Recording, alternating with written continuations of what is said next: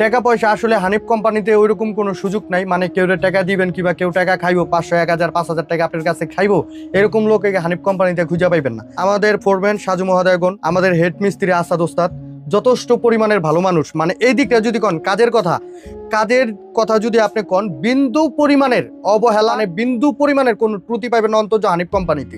আমি ওই দিন গাবতলী ডিপুতে গেছি, আপনার রিকু পাম্পে গেছি, যাওয়ার পরে কি সমস্যা, আমার 2টা রিং লাগবো, 2টা চাকা লাগবো, মানে কোনো তোয়াক্কা না করে আমার 2টা চাকা দিল, 2টা রিংও দিল।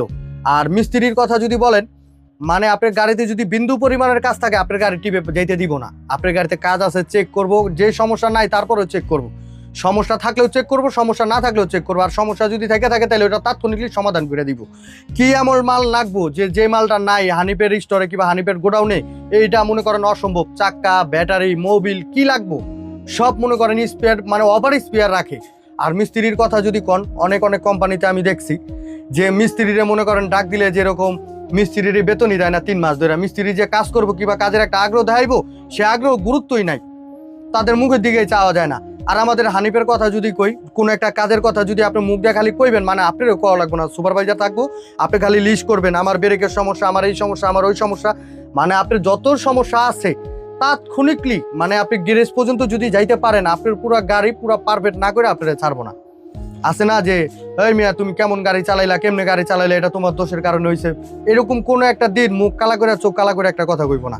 এই পর্যন্ত মিস্ত্রি কন, ফোরম্যান কন, যারা আছে এই সেকশনে, জিএম স্যার পর্যন্ত তো যাওয়াই যায় না, মানে স্যার অনেক ব্যস্ত মানুষ, ব্যস্ত থাকে, যাওয়াই যায় না।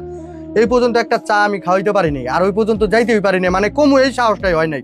যার যার জায়গা থেকে আসছে সে হাত। আপনি ভাবতেছেন যে ফোরম্যান হয়তো হইছে দেখে হ্যাঁ হয়তো বাচ্চা গেছে, একটা গাড়ি অ্যাক্সিডেন্ট হইলে যেই পরিমাণের পেশা মিস্ত্রিরে নিতে হয়, ওই পরিমাণের পেশার মনে করেন একটা ফোরম্যানের নিতে হয়।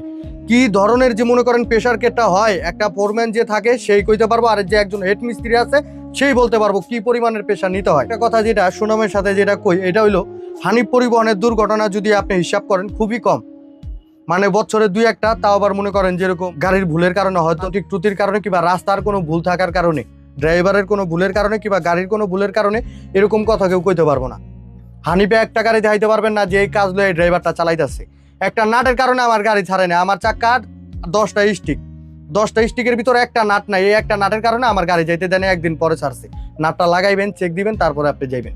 যদি আপনি একটা ভুল করেন, বড় বড় যে কোম্পানিগুলো আছে, যেরকম হানিফি বলেন কিংবা গ্রিন লাইন বলেন কিংবা সোহাগ বলেন কিংবা শ্যামলী বলেন কিংবা বিভিন্ন যে পরিবহনগুলো যে আছে, বড় বড় যে পরিবহনগুলো যে আছে, আপনার মনে করেন একটা ঘষা একটা গাড়িতে লাগতে পারবো না, একটা ঝামেলা একটা গাড়িতে হইতে পারবো না। একটা ঘষা মানে মনে করেন